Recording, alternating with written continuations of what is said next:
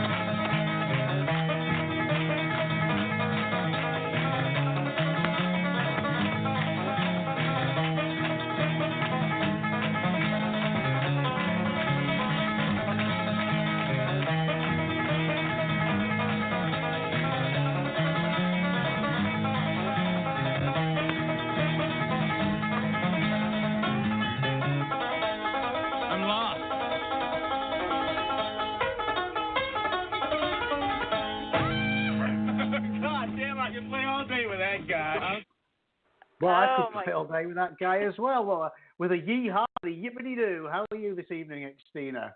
I much prefer the wine bottle cork thing. I much prefer that. I like that. You know, that cheers me. Okay, we can do that as well. That cheers me. I don't need both. But I like Mississippi Surf Boat. Really, I like that because it's a jolly tune, isn't it? Yeah, so jolly. We're going to have a whole corner trails from the trailer park.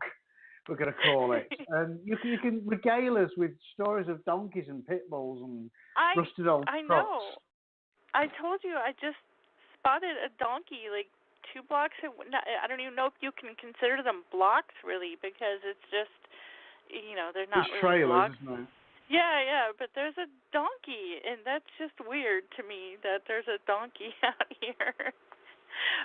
And then, of course, the weird birds and roosters, which they're not too strange. That's okay and everything.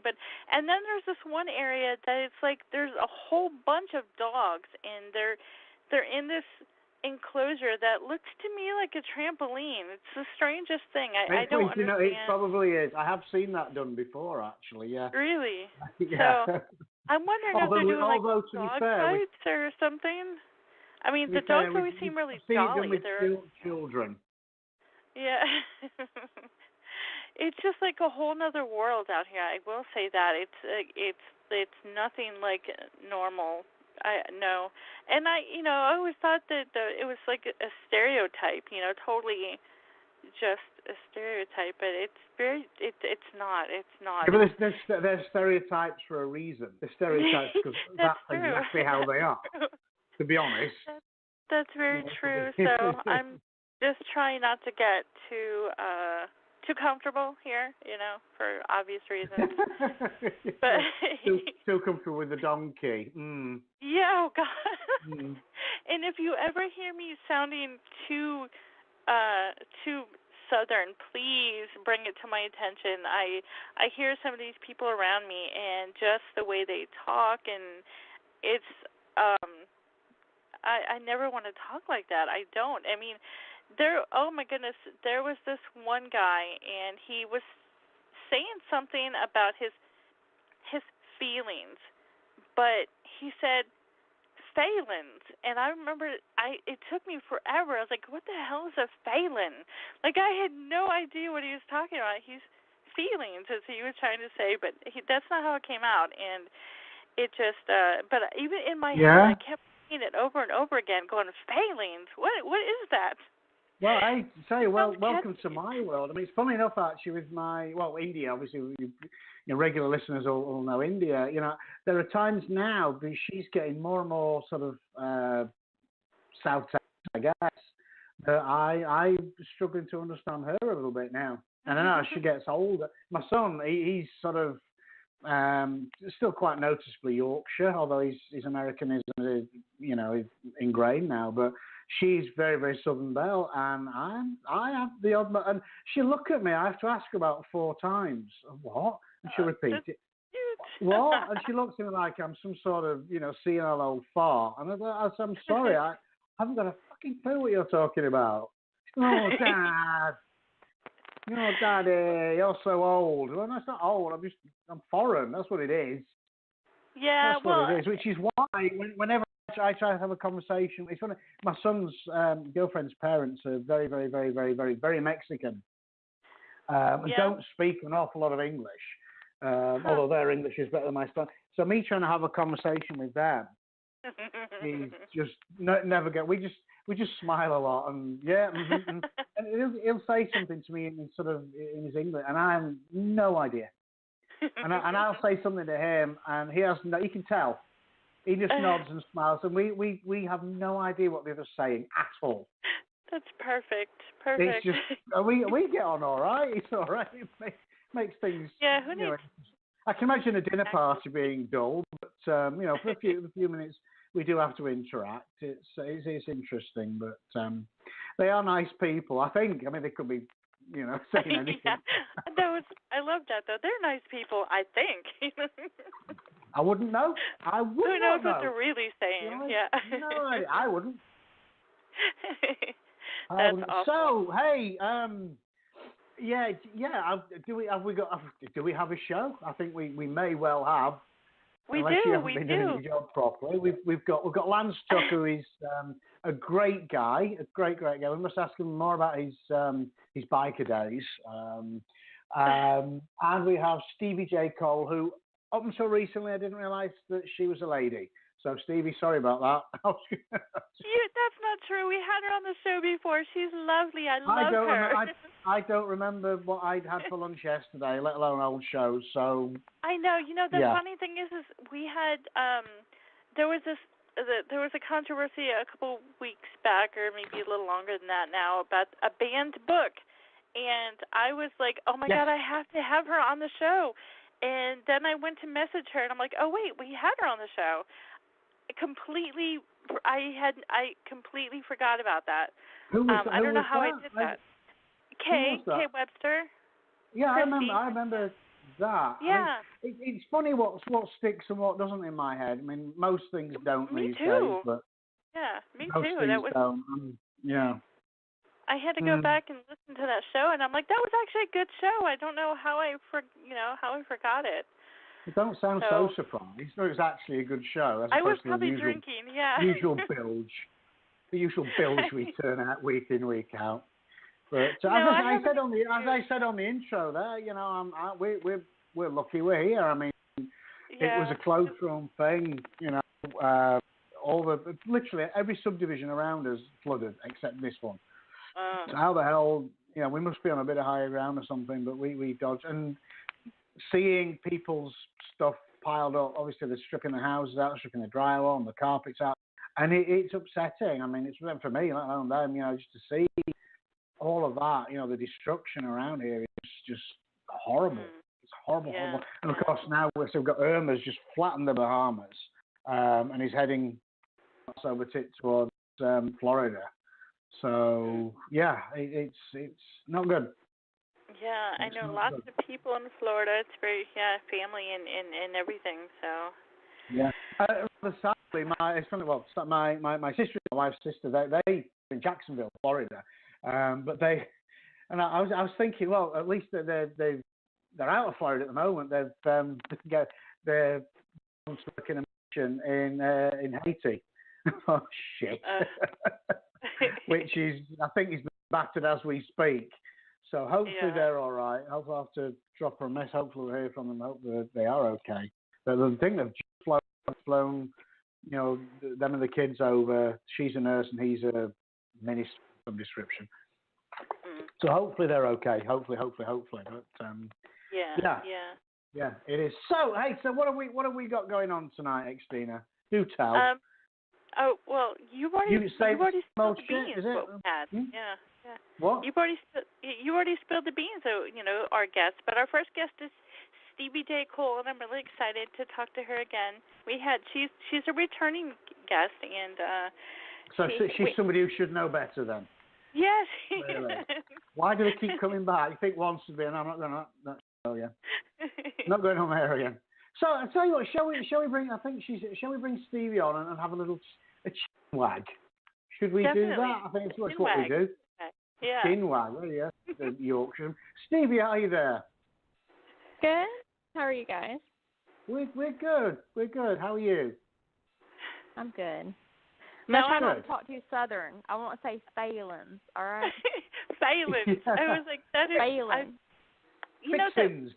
Fixins is my favourite. Everything here is fixins. If you need a what do you call it, interpreter, I'm your lady. I can do it. I can interpret the Southern dialect. Yeah, but can you interpret Yorkshire? Could you do that? There's a challenge. More than likely. My best friend lives in Salisbury, so I think I can. Oh, wow. No, it's not. No, not even close. No. Seriously, not even close. Well, I mean, I know you're like way farther north, but I can do it. I have faith in you. I think you could. Yeah. Excellent. I do need it. I was just saying earlier. I was saying next thing. Even with my own daughter, I'm starting to need an interpreter now. So. But I think that might be Texas, because I grew up for a couple of years in Texas when I think it was from like 5 to 11, 12ish or something, and my family up north could not understand me. I remember my grandmother, asking my mom, "What was she talking about?"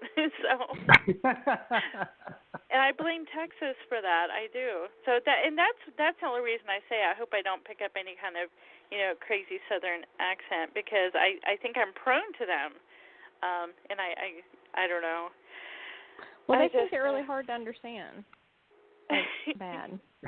We make up our own words and everything. It's amazing. Oh yeah, yeah. Well, with talking to James as often as I do, you say this. It's something that you type all the time, but what is it? Ta, T-A. Like for the longest time, I had no idea that was actually a word. I was like, what does that mean? Oh, the really? only thing I could think of was there was a Stephen King book. I think it was like The Regulators or Desperation, and the bad guy, he kept making that weird sound like tack or something like that. Oh, that was T-A-K. Desperation. Yeah. That's the only thing I could think of that you were doing. I'm like, what is that? Awesome. I know, I had no idea. So. Oh, bless. I know. Bless.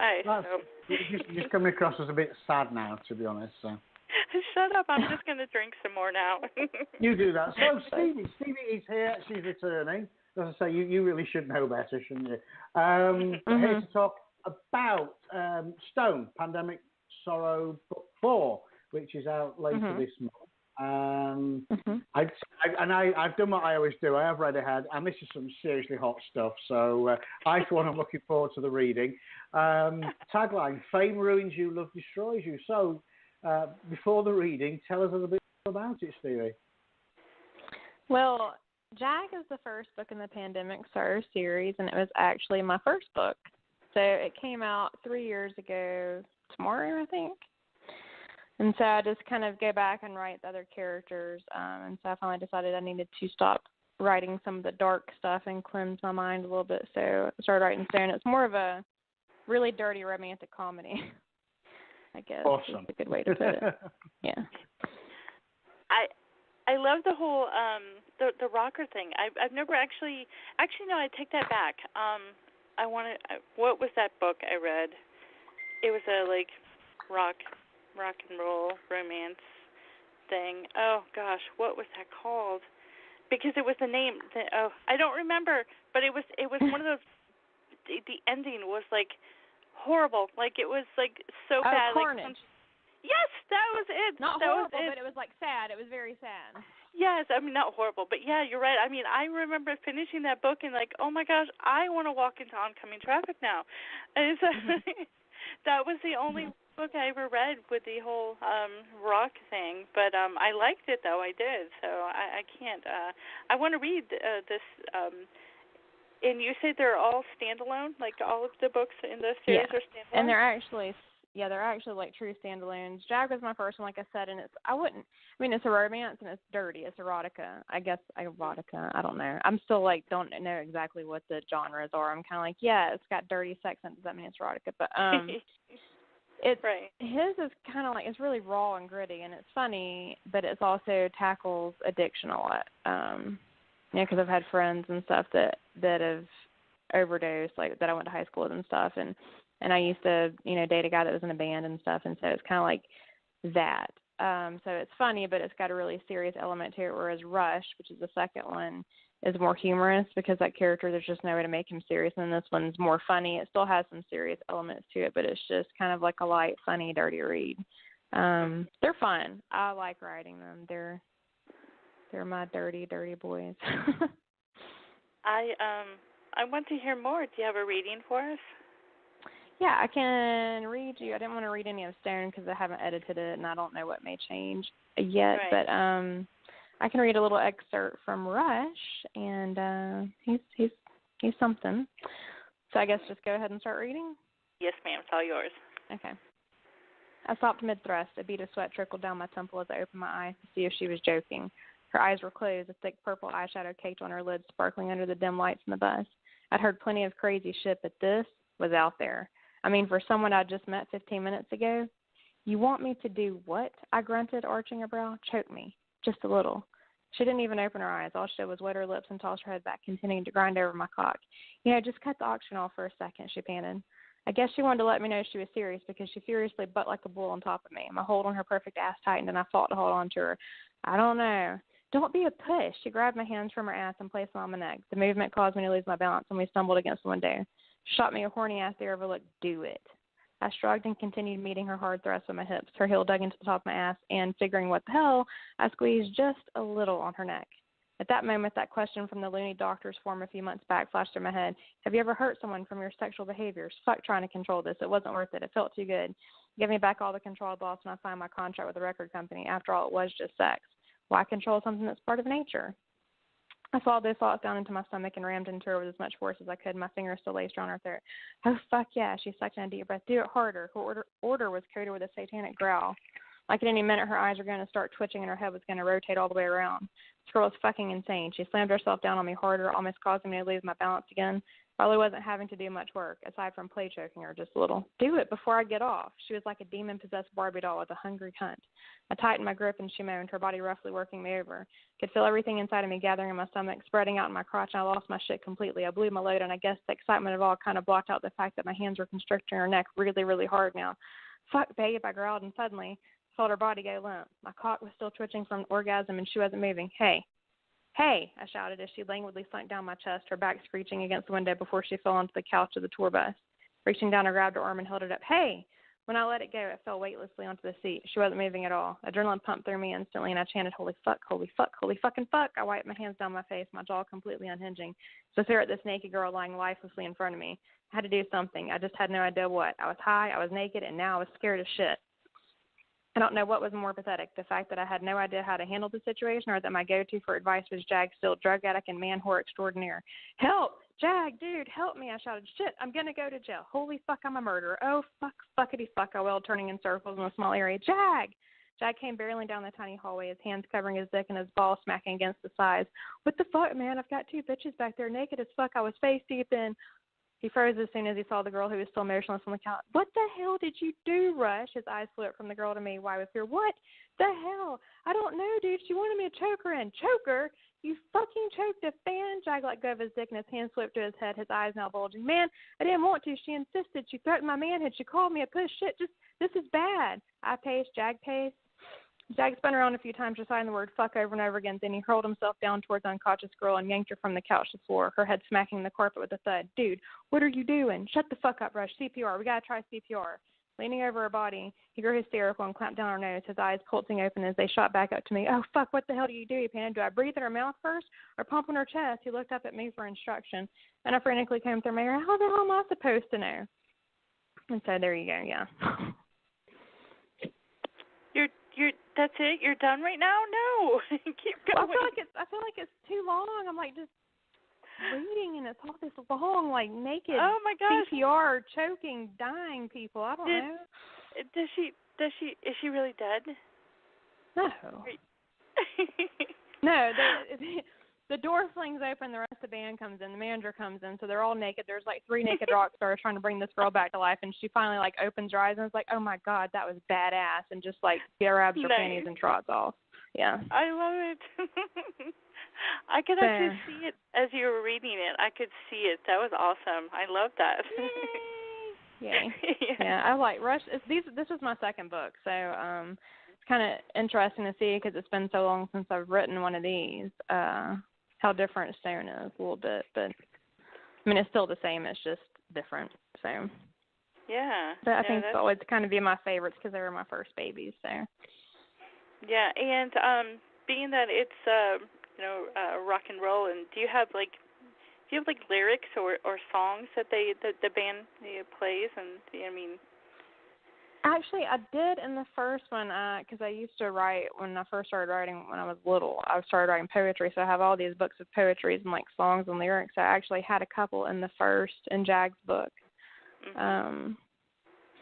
And one of my friends that writes songs was going to write a song to it, and then I don't know what happened to that, you know. And the funny thing is, actually, I was sending like 3 or 4 chapters of Stone to one of my betas last night, and accidentally sent the Word document to my child's teacher. Mm. So, you know, I just read you how Rush was, so you can imagine how Stone is. So my child's teacher now has 3 chapters of that. Yeah. I'm like, she hasn't responded. I couldn't recall it. And I'm sitting here going, I can't ever look her in the face again. Like, this is not good. I actually saw that status update of yours, and I was like, oh my gosh, that's that could work for our embarrassing question, by the way. But that was awesome. I tell you, I mean, the guy or gal who invents, the method where you could delete texts and emails once you've sent them will make billions. I mean, it's got to be, it needs to be. It really does. Have you seen that thing on Facebook Messenger where you can send like a secret message to somebody? Have you seen that? I have. I've never done it, but. Well, my son sent me a message the other day. He's like, "Hurry up before they read it." He was just messing around with me, but I'm like, "What is this for?" And it actually came up on my phone. It said something like, this message will. Oh, what did it say? Will disappear after it was like 10 seconds or something. That just made me think it was going to like detonate or explode or something. Amazing. Yeah, but screenshots last forever. Ooh, that's true. Well, I forget which. I think one of the mobile phone people where you can send a text and then I think you've got like 10 seconds to then delete. I guess it holds it before it sends it on. But most, it's the next morning you think, shit, I really wish I hadn't sent that. Yep. Usually when you slow it up a bit, it's funny when we used to, back in England, we used to run our own companies and blah, blah, blah. And there's somebody just really royally fucked us about and pissed me off. And we'd actually been to our company Christmas party, Christmas do to all the stuff out for a big piss up. Coming back in the traffic, and I'm there just in the taxi, very, very quietly, just tapping away on my phone. And then I started getting responses back, and the wife said, well, hang on, what are you doing? So I'm Robert Smith, the guy's name is. He won't be listening. If he is, Robert, you're a cunt. And that's I typed it. I sent him a text to him, said, you're a cunt. And he got all pissy about it. And she took my phone off me. And every time we went out after that, she took my phone off me. I wasn't allowed to have it and drink. That's amazing. One or the other. It was one of the. But one day it'll come out in a story probably. I'll tell you what he did, but he deserved it. He deserved and more. Oh my gosh. So, I was going to ask you, Stevie. You were saying that you write dark a lot, and you in this book is not. Did you needed a break from the dark? Did you? Yeah, I mean, I'll say dark. I still don't like. I think dark romance is not very. It's very ill-defined because But I write more suspenseful stuff and like psychological romances and stuff like that. My best-selling series I co-wrote with my best friend, and it's Wrong, and it's kind of like mafia mob type stuff. There's a lot of violence and all that kind of stuff, and you kind of get into that, and you just need to like clean your head out a little bit because it gets to be like. A lot. I don't know. I worry about Stephen King. I'm like, how he's saying, I really don't know. Well, I do think he's mellowed out some, though. I mean, if you think about some of the horrors from, Yeah, true. Yeah, and I don't think they're near as horrific as they used to be. And I've seen that with a few authors. Actually, Dean Koontz, I think he went through, he was really horrific back in the earlier days, and then kind of, I don't know, the books that I remember like 5 or 6, and I don't remember how many years ago this was, but they weren't as horrific as he was pretty much known for.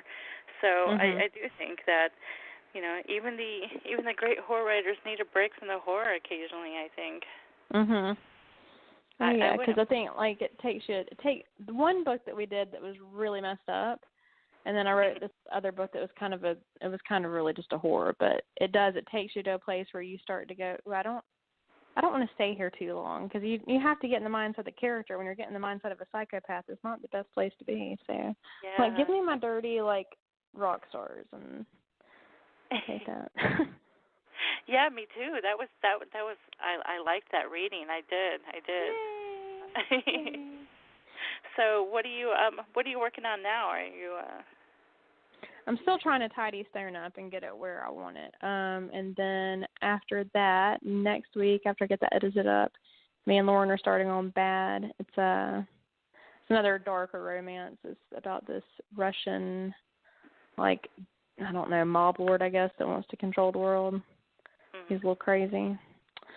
I think that's my favorite cover we've ever had. If you've seen it on my page, I don't know. I think I may have to get a big canvas and put it behind my desk because it's pretty amazing. But got Rick. I can't say his last name. I will completely mess it up because he's German. But yeah, and he looks nice. He's your character? Yes. Yeah. And you can't say his last name, really?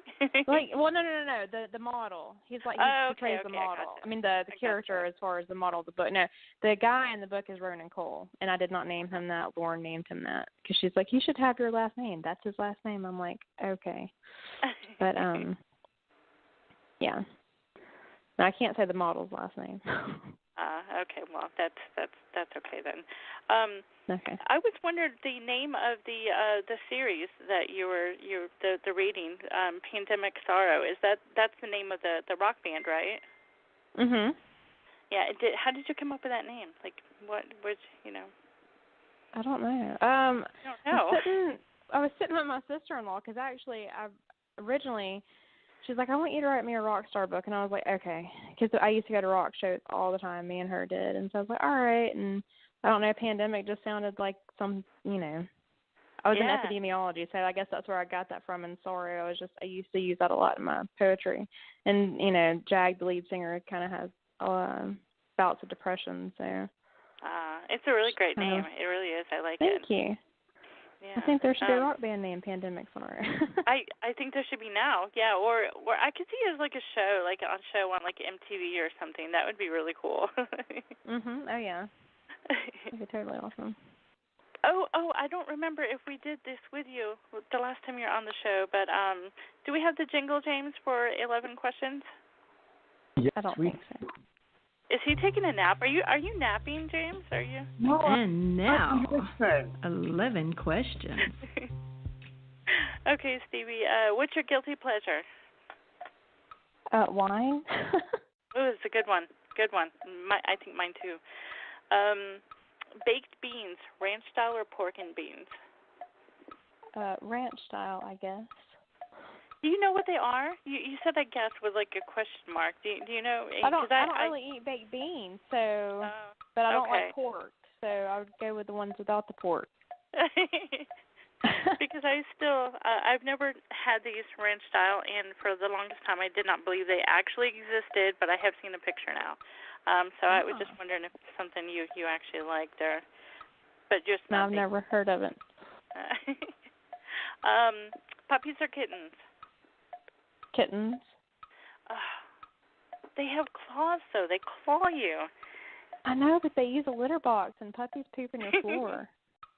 Oh, my goodness. I have a really gross story about kittens and puppies and a litter box, and I'm thinking we have a thief in the house because somebody is stealing the kitty poo, and I think it's the doggies. My dog eats my cat. They're eating it. Oh, that is vile. Ew. It is, but it's saving me time. So gross. It's so gross. Okay, here Moving we go. on. Yeah.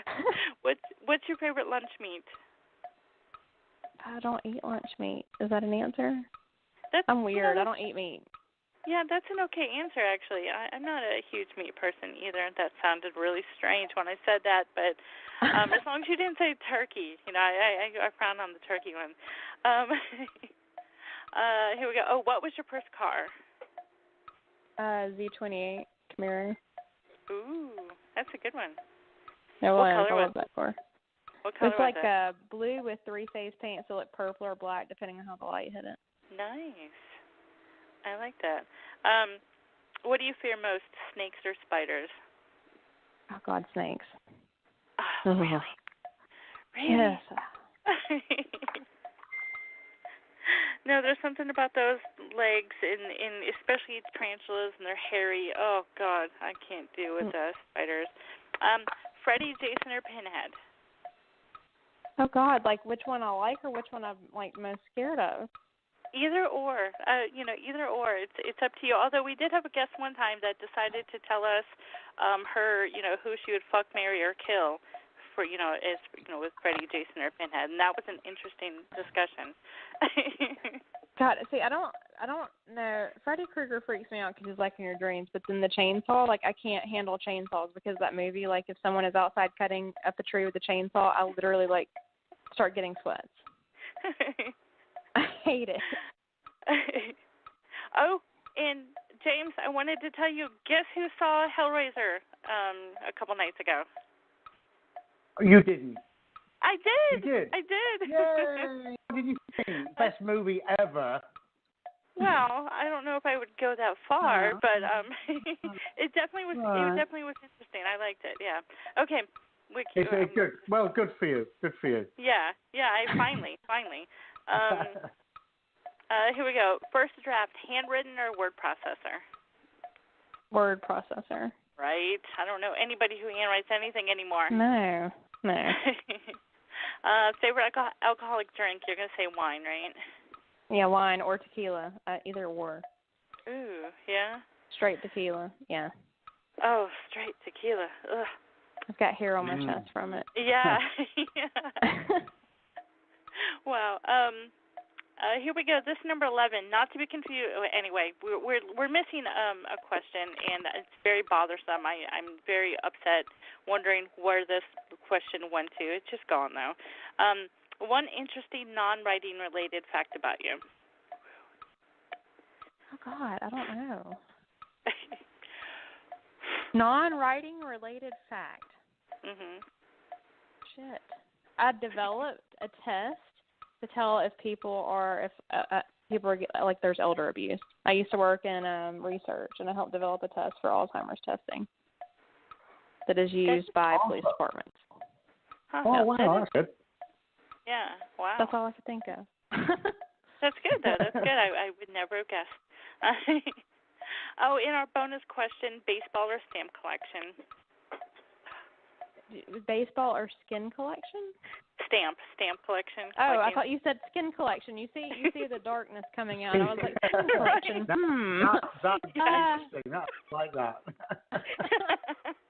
Baseball or collecting skin? Yeah, I was like, skin collection. I'll take skin collection. Stamp. I don't like skin baseball. collection. I like that. That's a good one.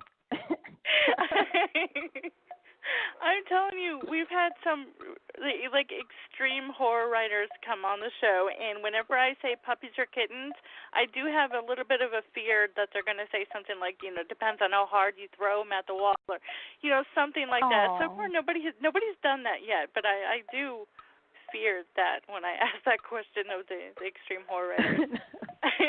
But so far they've been really good. But now that I'm thinking of your skin collecting. I like that, yeah. I swear that's what I heard. I was like, skin collection. Well, are we talking about like pieces of skin you've cut off, or like dead skin that somebody just peeled off? Because it makes a difference, It does, and I can't stop laughing though when I'm thinking about it. Skin collecting with Stevie J. Cole. Exactly. It's the new thing. That could be a really scary horror book or something.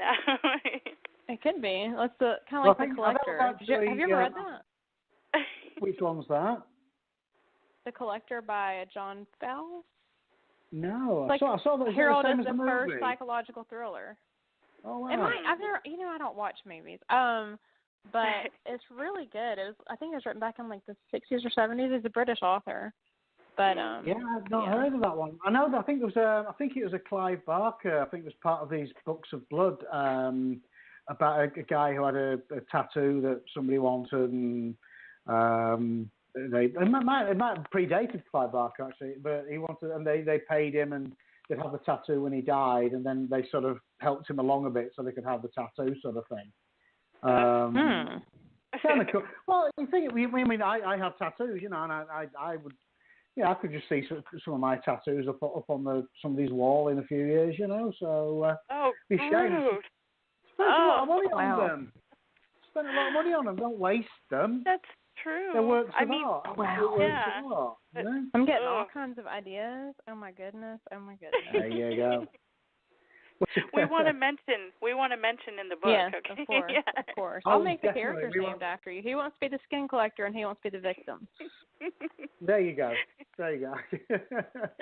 We are just happily donate any of my tattoos for the cover art as well if you want. Not a problem. Oh, awesome. Awesome. There you go. We are just about out of time for our first segment, but I want to thank you so much for coming on the show. And can you tell us where we can find you online? I've got an Amazon page where you can keep up all my updates on Stevie J. Cole, and Instagram. I think it's Stevie Cole 33 because I have to make it difficult. So there's another 32. Yeah.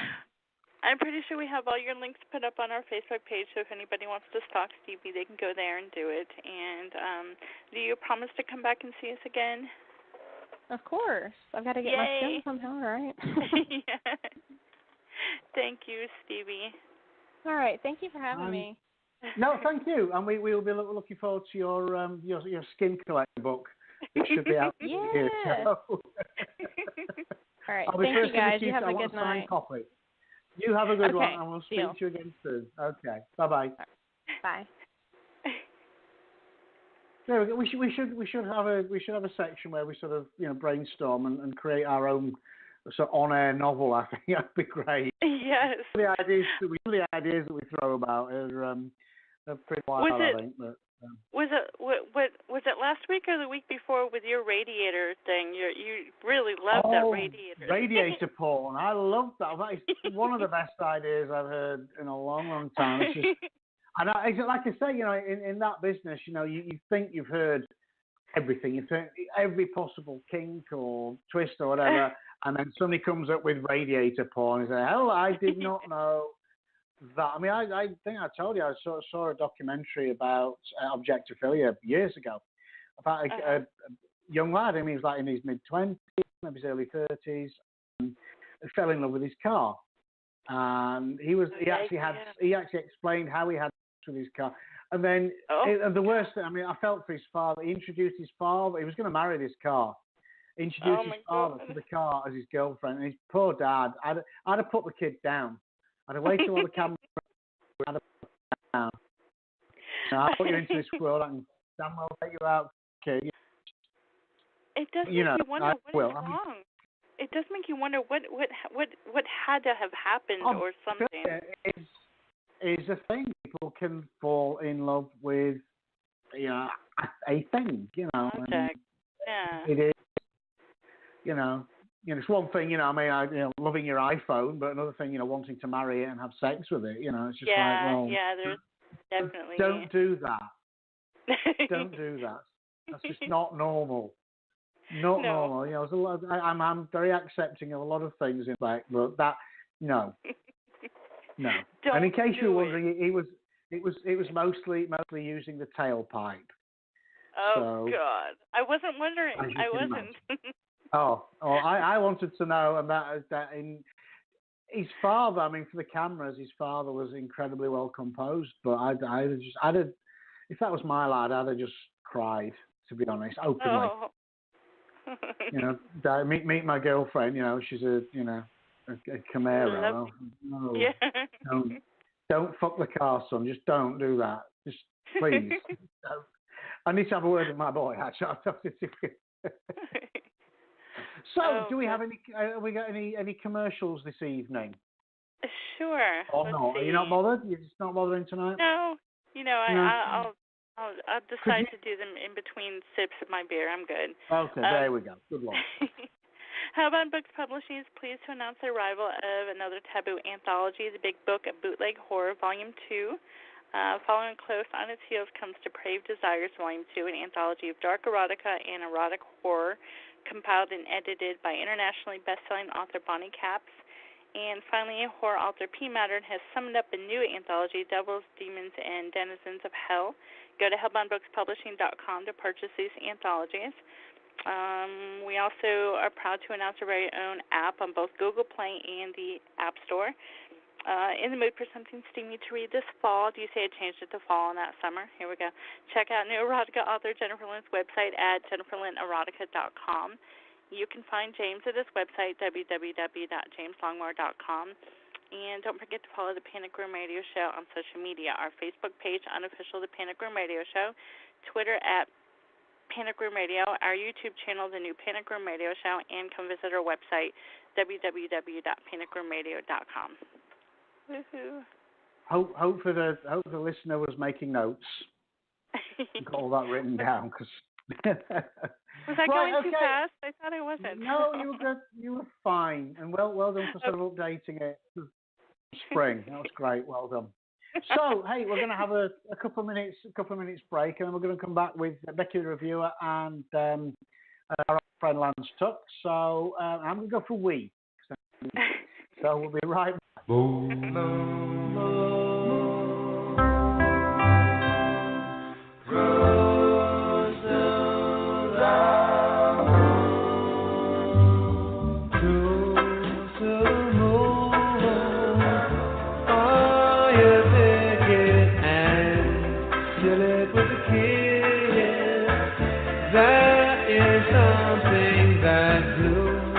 Shouldn't miss on a cruise to the moon.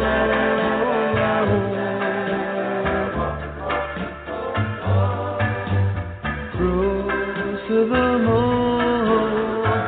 See how happy we will be all alone, just you and me.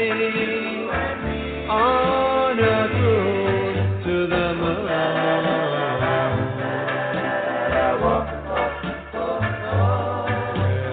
We'll cruise on a dream, a dream that will never die. My darling, come with me. And stay by my side. A cruise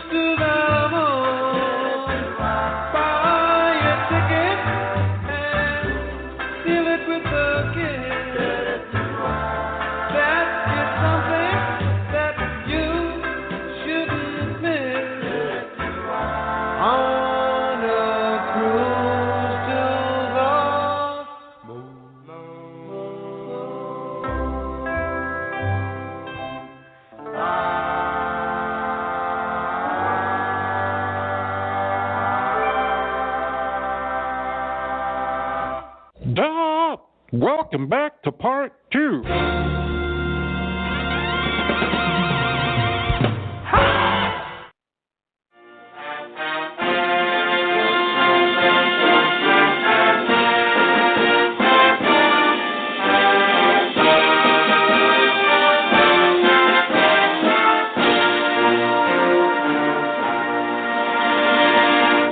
당대회를 앞두고 경제 발전과 인민생활 향상에 크게 이바지할 수 있는 수많은 주요 대상 건설을 짧은 기간에 훌륭히 완공하고 당 중앙에 충정의 보고서들을 보내어 왔습니다.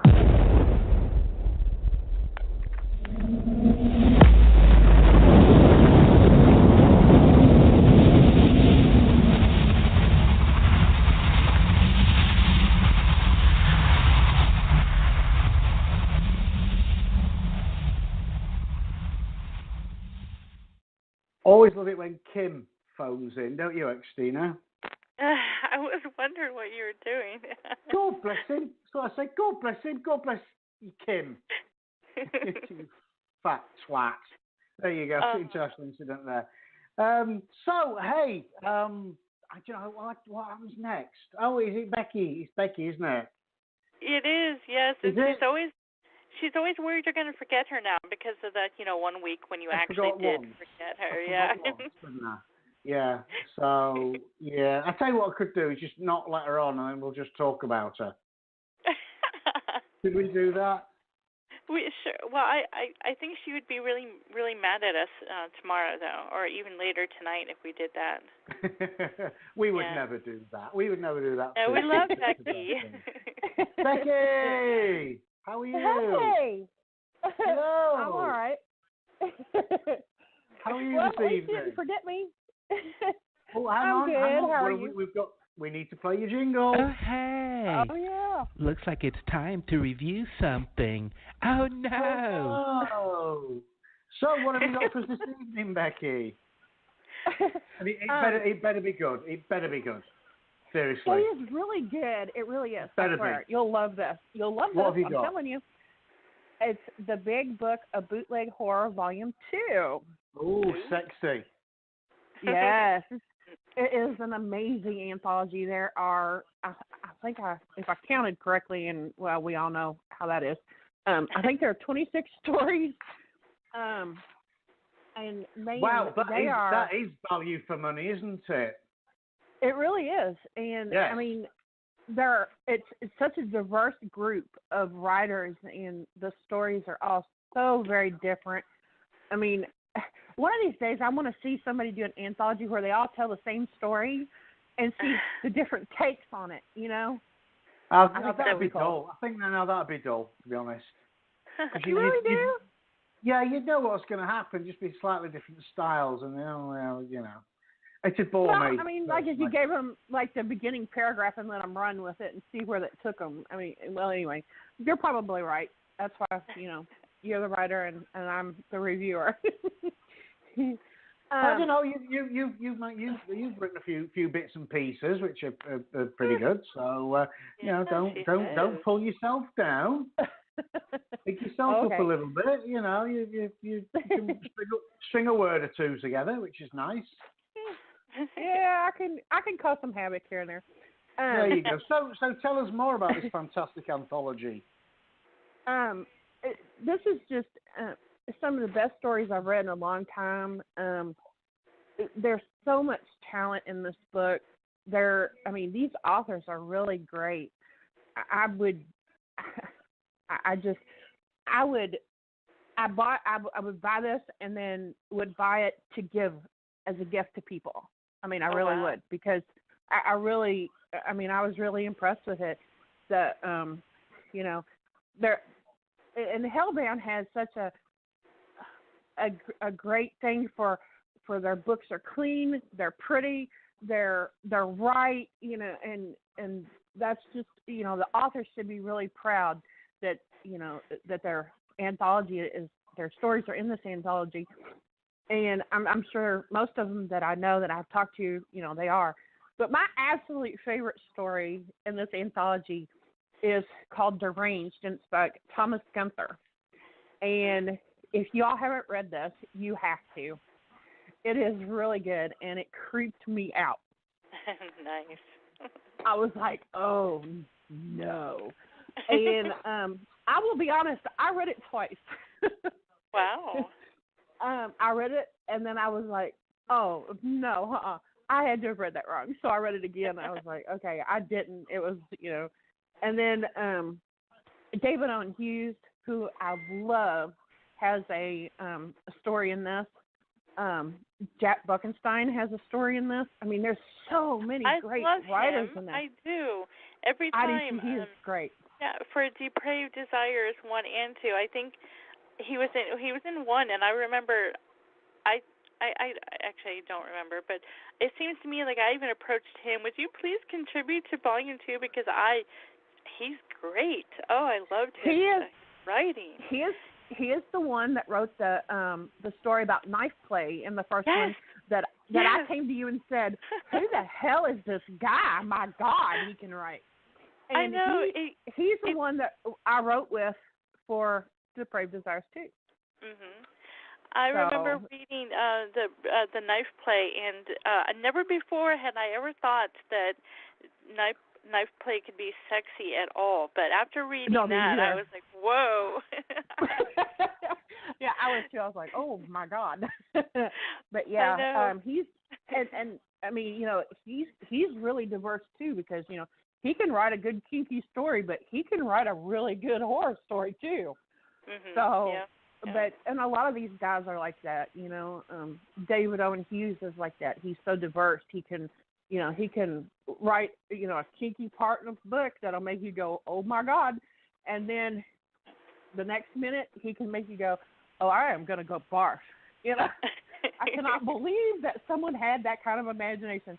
But I mean, and that's one thing that I really like about all these authors that are in this anthology is they really can write in so many in such a big realm of ghost stories and just downright horror and things that make you go, what the hell have they been drinking? And I loved what you said about the appearance of the book itself because I would never talk about any of the other indie publishing houses around. I would never do that. But I've been in a few anthologies that I got the book and there were extra pages, the editing was off, there's just mistake after mistake that I was like, oh God, cringing, and you can't say that. I don't think, not with these, not with Hellbound books. I really, I'm proud to have my name on any part of it. I really am. So. Me too. Because I mean, I'm kind of funny about, I don't write a whole lot, but I'm really kind of backwards about letting somebody see what I wrote, much less publish it. So that's saying a lot for me. And I know a lot of these guys that are in this are like that too. And I know that a lot of them have said something to me about, man, I never once worried about my stories being edited right. I never worried about, mistakes in the stories. It's pristine, and I'm, that's really something to be proud of. Yeah, I think so too. So where can we find this mighty tome? You can find it on our website at hellboundbookspublishing.com. And it will take you to the link on Amazon to purchase it. And I highly recommend it. And I recommend that you buy 2 or 3 of them and give them away as... And it's available as ebook as well on all formats, not just Kindle. So anybody who doesn't have a Kindle, so there. That's right. You can get an actual book that you can feel and smell. But I do. I like my Kindle, but I like an actual book. I like that you can hold and flip the pages and fold the pages over and just have it and smell it. Yeah, there's nothing quite like opening a brand new book for the first time. It's just right. I'm I'm still waiting on Wait, is it Tenebrium? Is that how you say it? Tenebrium? How do you say it? It was delayed because of Harvey. Right. There was no.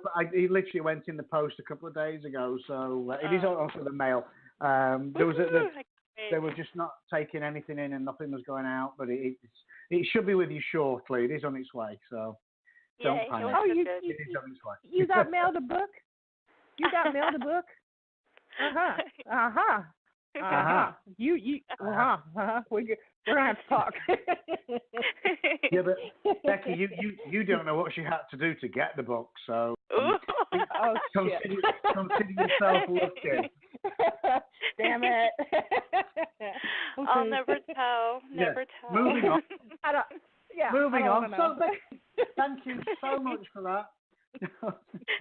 As always, it was a pleasure. We're gonna get you to push off now because we in the nicest way. We have our all waiting and excited in the virtual green room. So thank you, and we will speak to you again next week, my dear. Oh, thank you. All right. You're welcome. Okay. Bye. Speak to you later. Bye. Bye. Oh, but she's always happy. She's always happy. I know she is. Always suspicious of people who are happy all the time. You know, what do they know? You know, but there you go. So hey, I'm going to hit the button now. We should have horror writer Lance Tuck with us. Are you there, sir? I am here. Yay! How are you, sir? Doing well. Good. Thank you for joining us again. You know, you've been on before. You should know better, but there you go. I appreciate the second pass. No, we appreciate it. Probably more, you know. So we didn't scare you off, which is fantastic. So, excuse me, I'm choking to death here. So, what have you been up to since we last spoke? I've gone back to work in the tattoo shops. I've been tattooing and piercing for the past several months. Awesome. Yeah, I've been working on some stories. Okay, I'm gonna it's obviously a short story published in Devils and Demons and Denizens of Hell. Yeah. Which is called Through the Needle. Do you want to tell us a little bit about that?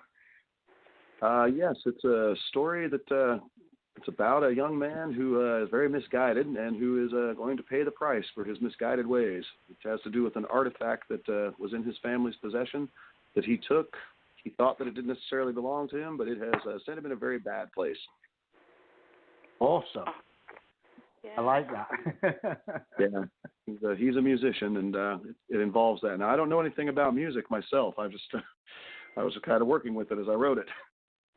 Oh, right, interesting. So, why make your protagonist a musician then? Was it just that was the character that fit, or? It has to do with the properties of sound and what sound does to the barriers between dimensions. Musicians have always been used to try and contact other planes of existence. So it's those vibrations that interfere with the geometry of space-time and allow things to transition through. So it tends to happen more often to people that produce sounds like that. Oh, interesting. Really, yeah. Interesting. So I you got have to be a musician, yeah. No, I must admit, I saw Through the Needle. I thought immediately, obviously, with the link with tattooing, I wondered if it was, and obviously it's not. So I was wrong there, but. No, this is a phonograph needle, actually. Right, gotcha. Yeah, and there'll be maybe people listening who remember those, which has made me feel old, to be honest with you. Yeah, that's true. Yeah, scary. It's funny. A few years ago, my eldest, we went to back in England. Went to a car boot sale. Or what do you call them here? And there was somebody selling vinyl on a little stand next to us, and he said, "What's that?" I'd never seen vinyl before. He got to like 12 and never seen vinyl. Oh wow! Yeah, seriously. I was like, wow. I was explaining it to him. Wow, really? And there will come a time. There will be a generation of kids who will never seen a CD. That's that true. day's coming. That day is coming very quickly, I think. But Although vinyl is making a bit of a comeback now, I've noticed. There seems to be, stores seem to be, indie stores are popping up here and there. So maybe there's a research. Yeah, I don't think, again, we were talking about books, physical books. I don't think anything will again, I'm going to sound old, anything will really replace, the joy of buying an LP, reading the cover sleeve and having the vinyl in your hand and all the rest of it. It's I think the modern life is just sucking the joy out of everything, which is sad. It is. It takes the hunter-gatherer thrill out of it. Doesn't it just? That wonderful crackle when you first put the vinyl, put the record on the turntable, and you've got that little tiny ball of dust that's gathered on the needle, and you just get that nice, dull, crackly sound. There's just nothing quite like it. Nothing quite like it.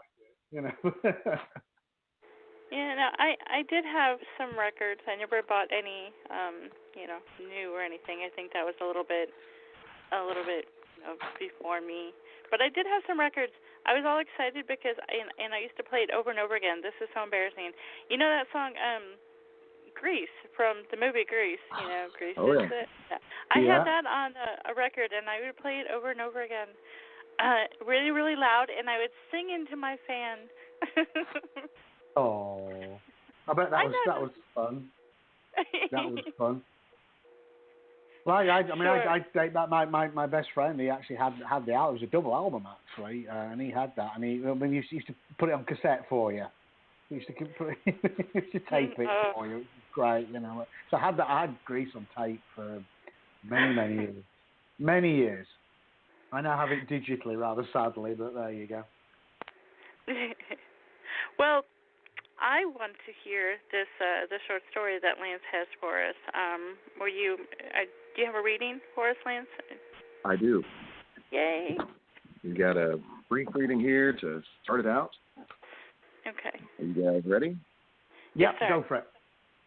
All right. If it starts to get weird in the audio, just let me know. Will do. Mark. All right, I'm starting now. As Mark ran, he tried to put together what had led up to this life or death struggle. His head felt like an eggshell about to burst from within, throbbing with the effort of concentration. It was the city. He knew that. But which one? They all seemed the same to a lost country boy.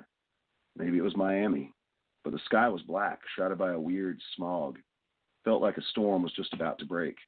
He could see movement in the windows of the buildings, fleeting glimpses of individuals, oblivious or indifferent to the struggles taking place beneath them.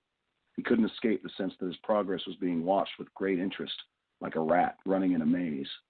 It had to be the man who was after the needle that had set this in motion. The needle was the only thing of value Mark ever got from his family, and that only at a tragic cost. Well, a tragic cost to them. He'd been working at a refrigerated warehouse just outside of Atlanta when he got the letter, telling of the fate that had befallen his great-aunt and great-great-grandmother in his absence. Mark Aaron was the sole beneficiary of their wills, and there had been a matter of taxes to which he needed to attend. He had to survey the property with an assessor from the insurance company and determine the value of the remaining property after the fire. It seemed to have started in the kitchen and quickly consumed the main house. His great-great-grandmother's upstairs had been spared the flames, but his aunt's room, the wine cellar, the antique furniture, all destroyed. Mark had hoped to be able to sell some of the furniture or clothing, but it was a total loss. It looked like he was in for one hell of a tax bill with no means to pay it off. His music career was going to be seriously derailed by this unexpected expense. He would have to work all the overtime they would give him at the refrigeration plant to settle the taxes. No one would want to buy a ruined house. Perhaps the land had some value, but he didn't have the expertise or money to broker a fair deal. His great-great-grandmother's apartment was miraculously untouched, and its contents turned out to be a salvation. The downstairs, once a familiar prison, was now a charred skeleton of a home, absolutely alien to his memories. But the upstairs apartment had always been forbidden.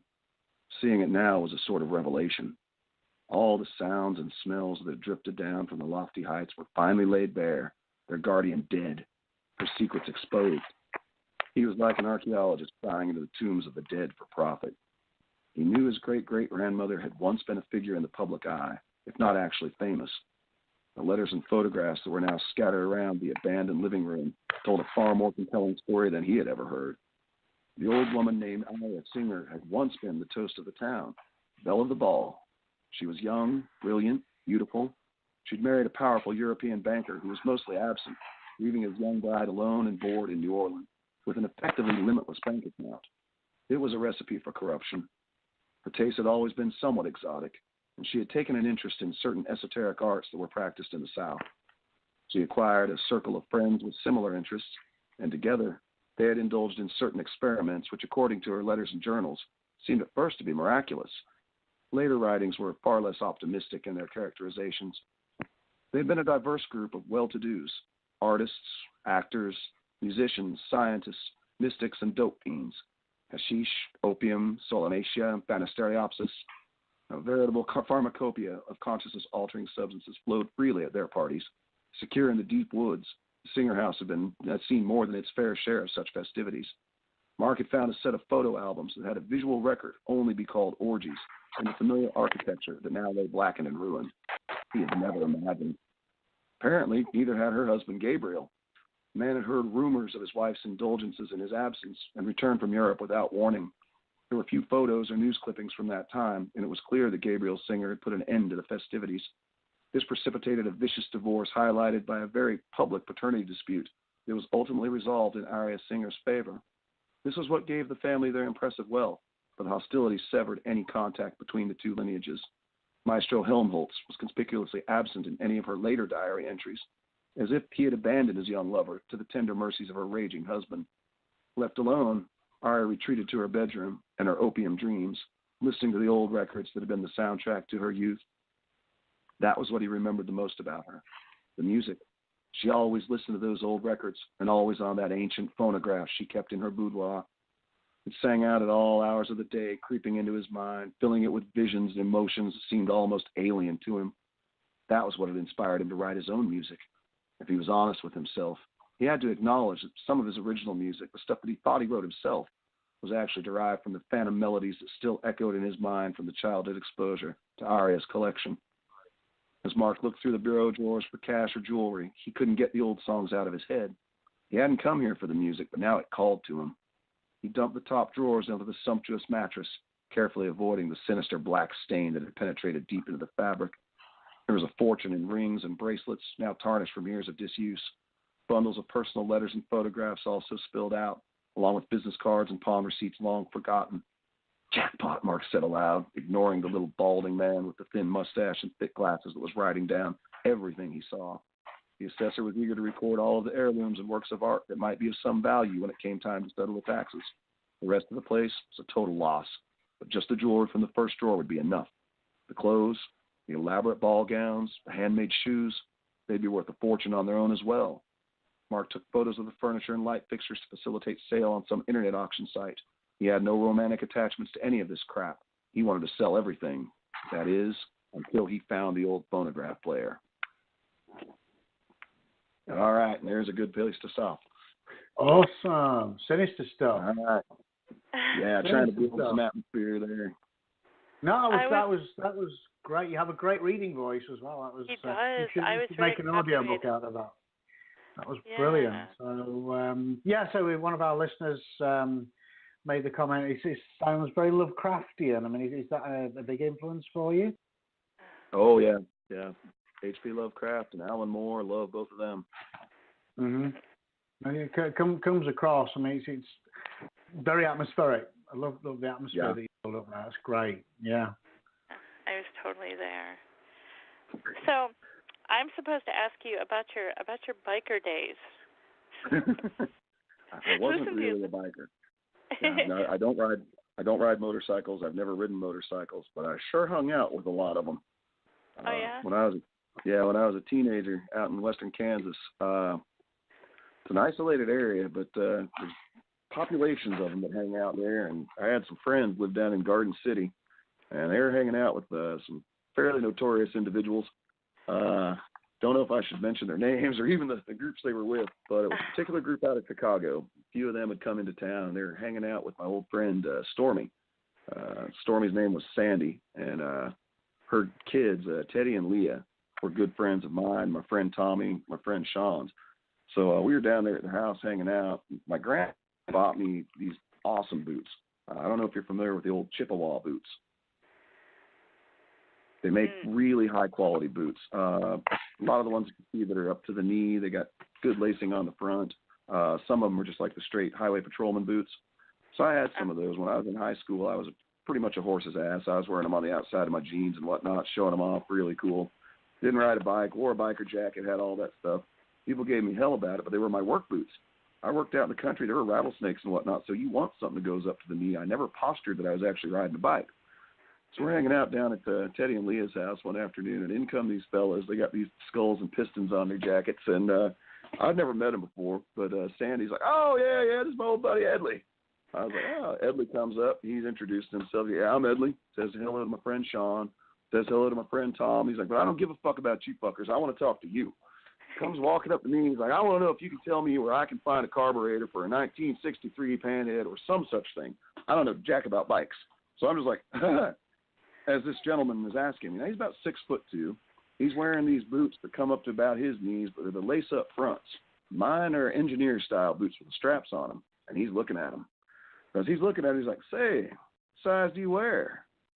Stupidly, I reply, 12. He's like, close enough. Let me look at that. So I put my foot up. No, take it off. All right. So I take the boot off. I'm somewhat agreeable, you know. I hand it over to him. He's looking at it. He sits down. He starts to take his boot off. Like, well, this is an odd custom, I'm thinking. He takes his off, puts my boot on, stands up, barely fits. He jams his foot down in there. Yeah, that ain't bad. I'll trade you. I'm like, what? Trade you? This is a good pair. I was like, well, I can't do that. What the hell do you mean? I can't trade those boots off. Why not? Well, those are a gift from my grandma. What? It's like my grandma gave me those. He looks at me just like he can't believe what I'm telling him. Then he says, well, we wouldn't want to piss off Grandma, would we? I say right back to him, I see you've met her. He knew we were friends at that point. He gave me my boots back. I love that story. Yeah, it was pretty amusing. No, when I asked about your biker days, it's funny because I have a friend who lives in Florida, and her husband and their friends, they have like a little motorcycle club like thing, and the only thing I have to go by is Sons of Anarchy. That's like the only frame of reference I have when it comes to any kind of biker club thing. And I remember asking her one time, is it like that? Is it like the the show? And she's like, if I told you, I'd have to kill you. So. Yeah. So is it like the show? More than you might expect. Really?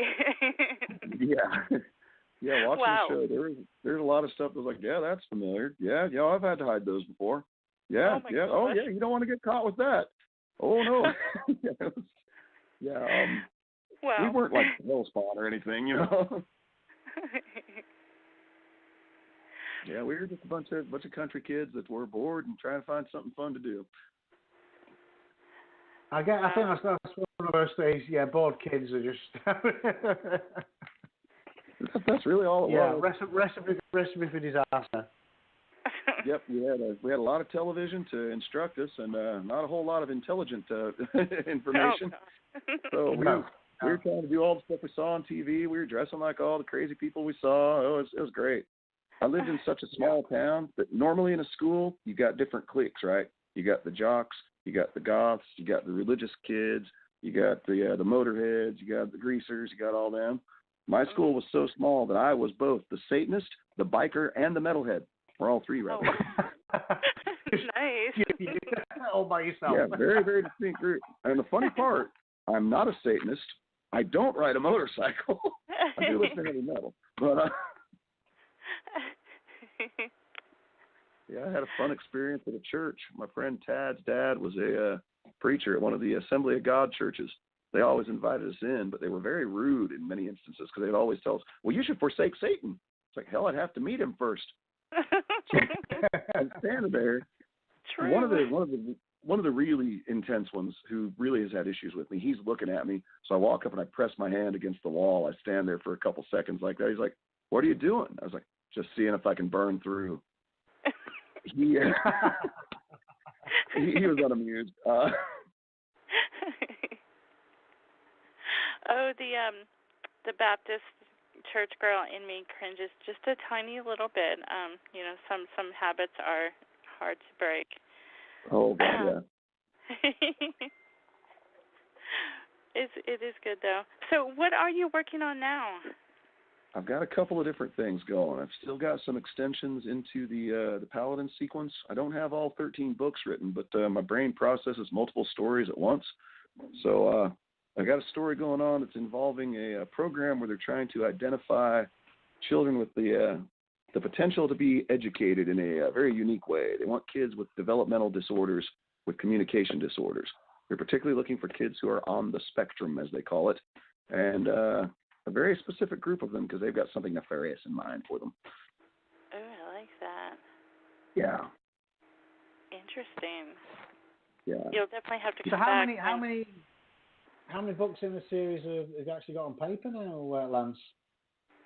We've got 3 of them that have actually seen publication. There's a 4th one that is ready to see publication. I've got, I think, 3 others that are pretty much fully written but need to be gone back through, sorted out a bit, details added and polished. And they're not in order. That's the thing. I've got like book 12 halfway done. I've got book 8. Yeah. Yeah, I've got book 8 largely done. The whole story is already mapped out. I already know where everything's going with it.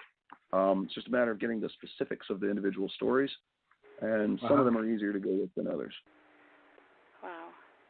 And there's a lot of side stories that I have to drive to Kansas City every day, so it's about a 40-minute drive. So I just listen to music and let visuals go, and then I create story that goes along with the visuals. So literally every day I can come up with something new if I listen to the right stuff. Right.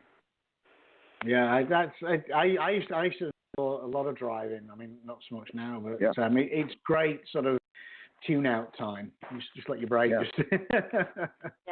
Until they invented cell phones and car phones and that kind of interrupted that. But I used to love my car time. It was just, you're in your own little cocoon and your brain can wander off, which is great. But is that what you do most of your creative thinking? Yeah, a lot of it during that time period. Just the semi-hypnotic effect of the road, which I know doesn't sound good. People are like, "Oh, great, he's hypnotized and writing stories about demons while he's hurtling along at 70 miles an hour." But, yeah. Yeah. What more can I say? I don't know. I mean, you using you know what's going on most of the time. Yeah. But, so I mean, I must admit, one thing I used to. I used to use a little recording thing because you get your best ideas when you can't write them down. That's true. I find this shit. So that can be frustrating. Usually, I have a lot of in the shower. I don't know what it is about getting a shower. My wife got me this nifty little notepad. It's like a waterproof notepad and pen. Which is, I highly recommend that. I tried that little voice thingy on my phone because I had an idea and I tried it and I was all excited because I left myself this really cool voice, memo thing, and the next day I couldn't find it anymore. So it doesn't work for me. I know. I was like, now I'm wondering, did I even do it or I don't know. So I have to write things down. That's frustrating. That is frustrating. By the digital gods. But then I've written things down before that I wanted to make sure I didn't forget, and then of course I can't read what I wrote. So I'm just betting. I have no luck. Yeah, I don't. Now that just quit trying to remember stuff. Maybe that's what it is. I have to stop trying to remember things. That may work. I don't know. I don't know. But I do message myself. On Facebook, I message myself. I know that I forget, I don't know, one of my kids was behind me or something, and they saw the message thing, and they're like, "Are you messaging yourself?" Yes, I am. I mean, I don't message back. You know, I don't like talk back to myself, but I leave myself messages. I do. Yeah. But I will email myself stuff. You know, if it's yeah, I don't feel so bad now. Okay, there we go. You know, if I'm out of the house, you know, I'll email it on my phone because. And you're terrible for this specifically, Xtina. You know, you will message me something, and then you know how messaging works, and then after like an hour, it's that far down the list on messages that I've lost and forget it, and I've lost. It's lost. So yeah. I will copy it and put it in my notes, email myself it. Yeah, that's true. But it's gone. Gone. They do have a little thing that you can search the messages though, and if you have like a keyword, I have to do that all the time to look up certain things instead of actually writing it down. I just search. You know, I'm lazy. God, every time I talk about something I do or I don't do, I just sound really lazy. I do. I need to sleep for 3 days or something. Yeah.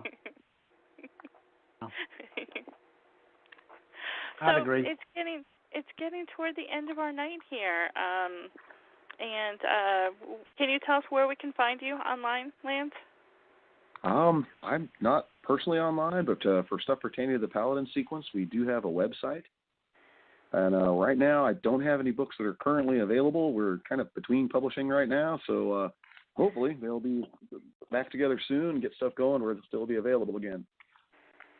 Awesome. What is our website? And yeah, we do have your links up on our Facebook page, so if anybody wants to stalk Lance, they can go there and stalk him away. There you go. The tattoo business has been picking up, so I'm hopeful that I'll be able to get it hooked up at the house, and then I can actually communicate with people. That's awesome. So cool. Awesome. Do you have an idea when the books will be available again, Lance? We're hoping within another month or two that we'll have some out. There are still used copies available online for the first 3, but the third one's kind of hard to get because it was a print on demand, and there weren't many print. Oh. I saw one of them going for $80 the other day. It blew my mind. I was like, "Whoa!" Wow. All right. I was ready to pull a few out and sell them. Yeah. Oh yeah. So when they are available, I think we're hoping that the first 4 will be available, but there will be a new one available. Awesome. The other 3 are as well. And that one will be one about the Skinwalker. When they're back on the shelves, then you need to come back, and then we can. All right. We can give it all another big plug, which would be awesome. It's all right. I love it. I can tell you more stories about my grandma. It's been, as always, it's been a pleasure. Hopefully, we've not scared you off too much. Thank you so much for joining us, and we'll speak to you again very soon. Thank All right, you, Lance. Thank you. Okay, bye-bye. Bye. Well, that's pretty much it. I don't know where the time's going. We say time flies when you're enjoying yourself, but I wouldn't know. So it's that time to say good night, Xtina. Good night, Xtina. Good night indeed. Ooh la la, ooh la la, ooh la la la la la la, ooh la la.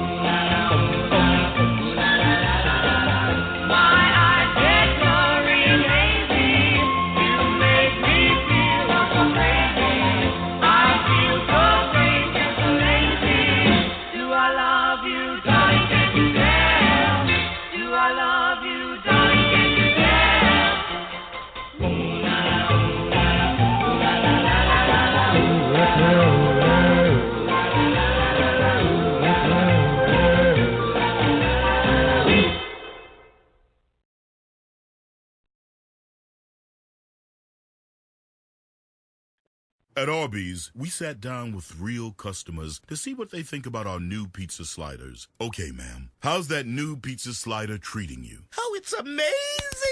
It's everything I love about pizza on a sandwich. Thank you, Arby's. You're welcome, beautiful lady. The new pizza slider with pepperoni, marinara, and melty provolone. Available now for just $1.